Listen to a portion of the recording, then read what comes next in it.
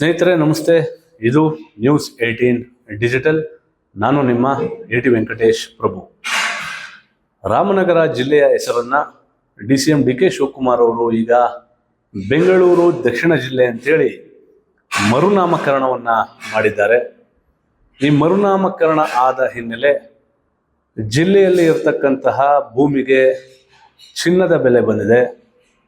ಆದರೆ ಇದು ಈಗ ಕೆಲ ಗುತ್ತಿಗೆದಾರರಾಗಿರ್ಬೋದು, ಲ್ಯಾಂಡ್ ಮಾಫಿಯಾದವರಾಗಿರ್ಬೋದು, ರಿಯಲ್ ಎಸ್ಟೇಟ್ ಮಾಡುವಂಥವರು, ಇದರ ಜೊತೆಗೆ ರಾಜಕಾರಣದಲ್ಲಿ ಭಾಗಿಯಾಗಿರ್ತಕ್ಕಂತಹ ಕೆಲ ಮುಖಂಡರು ಇದನ್ನು ದುರ್ಬಳಕೆ ಮಾಡ್ಕೊಳ್ತಾ ಇದ್ದಾರೆ.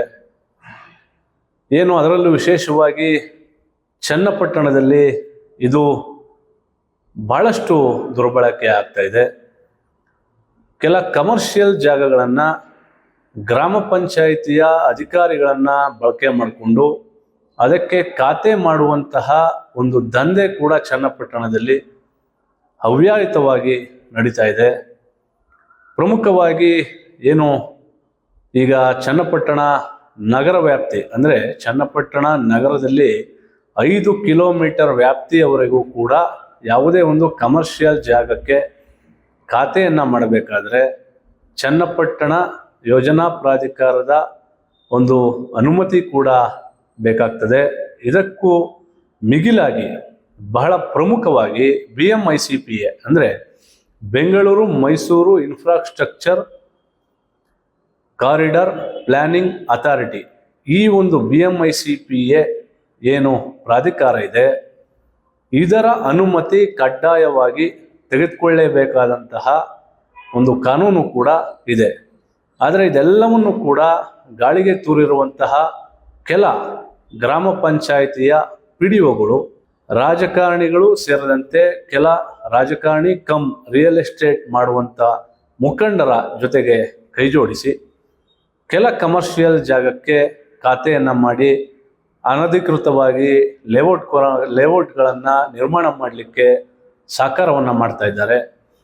ಇದು ಅಕ್ಷಮ್ಯ ಅಪರಾಧ ಅಂತೇಳಿ ಚನ್ನಪಟ್ಟಣ ಯೋಜನಾ ಪ್ರಾಧಿಕಾರದ ಅಧ್ಯಕ್ಷರಾಗಿರುವಂತಹ SR ಪ್ರಮೋದ್ ರವರು ನ್ಯೂಸ್ 18 ಜೊತೆಗೆ ಮಾತನಾಡಿದ್ದಾರೆ.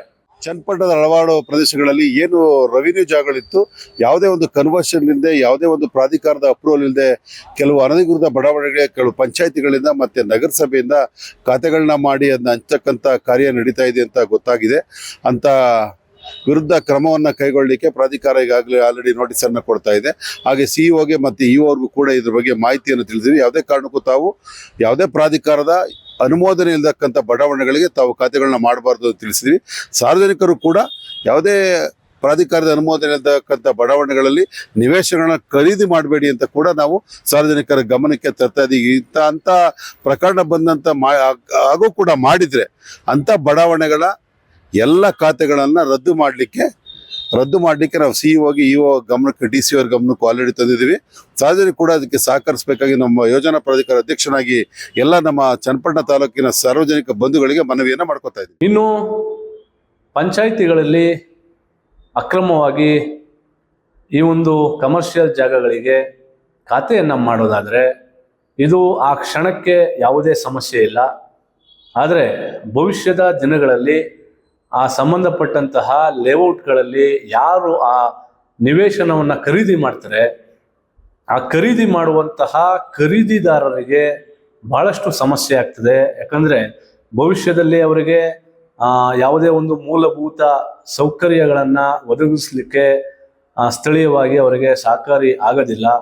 ಇದು ನಗರಸಭೆ ವ್ಯಾಪ್ತಿ ಆಗಿರ್ಬೋದು, ಗ್ರಾಮ ಪಂಚಾಯಿತಿ ವ್ಯಾಪ್ತಿ ಆಗಿರ್ಬೋದು, ಇದೆಲ್ಲವನ್ನು ಕೂಡ ಸಂಬಂಧಪಟ್ಟಂತಹ ಅಧಿಕಾರಿಗಳು ಗಮನವನ್ನು ಹರಿಸಬೇಕಾಗಿದೆ. ಯಾಕಂದರೆ ಭವಿಷ್ಯದ ದಿನಗಳಲ್ಲಿ ನಗರ ವ್ಯಾಪ್ತಿಯಲ್ಲಿ ಅನಧಿಕೃತ ಲೇಔಟ್ಗಳು ನಿರ್ಮಾಣ ಆದಂಥ ಸಂದರ್ಭದಲ್ಲಿ ಆ ಲೇಔಟ್ಗಳಲ್ಲಿ ನಿವೇಶನಗಳನ್ನು ಖರೀದಿ ಮಾಡಿದಂಥ ಸಂದರ್ಭದಲ್ಲಿ ಖರೀದಿದಾರರು ತಮ್ಮ ಹಣವನ್ನು ಕೊಟ್ಟು ಏನು ನಿವೇಶನವನ್ನು ಖರೀದಿ ಮಾಡಿರ್ತಾರೆ ಅವರಿಗೆ ನೆಮ್ಮದಿ ಇಲ್ಲದಂತಹ ಒಂದು ಜೀವನ ನಿರ್ಮಾಣ ಆಗ್ತದೆ. ಹಾಗಾಗಿ ಈ ನಿಟ್ಟಿನಲ್ಲಿ ಸಂಬಂಧಪಟ್ಟಂತಹ ಅಧಿಕಾರಿಗಳು ಯಾರು ಇಂಥ ಒಂದು ದುಷ್ಕೃತ್ಯದಲ್ಲಿ ಭಾಗಿಯಾಗಿದ್ದಾರೆ ಅಂತಹ ಅಧಿಕಾರಿಗಳ ವಿರುದ್ಧ ನಿರ್ದಾಕ್ಷಿಣ್ಯವಾಗಿ ಕ್ರಮವನ್ನು ವಹಿಸಬೇಕು.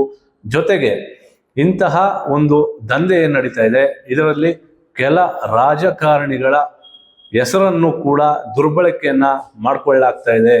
ಯಾರು ಆ ರಿಯಲ್ ಎಸ್ಟೇಟ್ ಮಾಫಿಯಾವನ್ನ ಮಾಡ್ತಾ ಇದ್ದಾರೆ ರಾಜಕಾರಣದ ಜೊತೆಗೆ, ಅವರು ಕೆಲ ರಾಜಕಾರಣಿಗಳ ಹೆಸರನ್ನ ದುರ್ಬಳಕೆ ಮಾಡಿಕೊಂಡು ಇಂತಹ ಒಂದು ಕೃತ್ಯವನ್ನ ಮಾಡ್ತಾ ಇದ್ದಾರೆ ಎನ್ನುವಂತಹ ಗುಮಾನಿ ಈಗ ಎಲ್ಲೆಡೆ ಹರಿದಾಡ್ತಾ ಇದೆ. ಹಾಗಾಗಿ ಸಂಬಂಧಪಟ್ಟಂತಹ ಇಲಾಖೆಯ ಅಧಿಕಾರಿಗಳು ಇದರ ಬಗ್ಗೆ ಕೂಲಂಕುಷವಾಗಿ ತನಿಖೆಯನ್ನ ಮಾಡಿ ಕಟ್ಟುನಿಟ್ಟಿನ ಕ್ರಮವನ್ನು ವಹಿಸಬೇಕು ಅಂತೇಳಿ ನಗರದ ಜನ ಒತ್ತಾಯವನ್ನ ಮಾಡ್ತಾ ಇದ್ದಾರೆ. ನಿರ್ಭೀತ, ನಿಷ್ಪಕ್ಷಪಾತ, ವಿಶ್ವಾಸಾರ್ಹ ಸುದ್ದಿಗಳಿಗೆ ಮತ್ತೊಂದು ಹೆಸರಾಗಿರೋ ನ್ಯೂಸ್ 18 ಕನ್ನಡ ಈಗ ಆಪ್ನಲ್ಲೂ ಲಭ್ಯ ಇದೆ. ದಯವಿಟ್ಟು ಇಲ್ಲಿರೋ QR ಕೋಡ್ ಅನ್ನ ಸ್ಕ್ಯಾನ್ ಮಾಡಿಕೊಂಡು ಆಪ್ ಡೌನ್ಲೋಡ್ ಮಾಡೋದಕ್ಕೆ ಮರಿಬೇಡಿ. ನಿಮ್ಮ ಬೆಂಬಲ ಹೀಗೆ ಸದಾ ನಮ್ಮೊಂದಿಗಿರಲಿ. ಧನ್ಯವಾದ.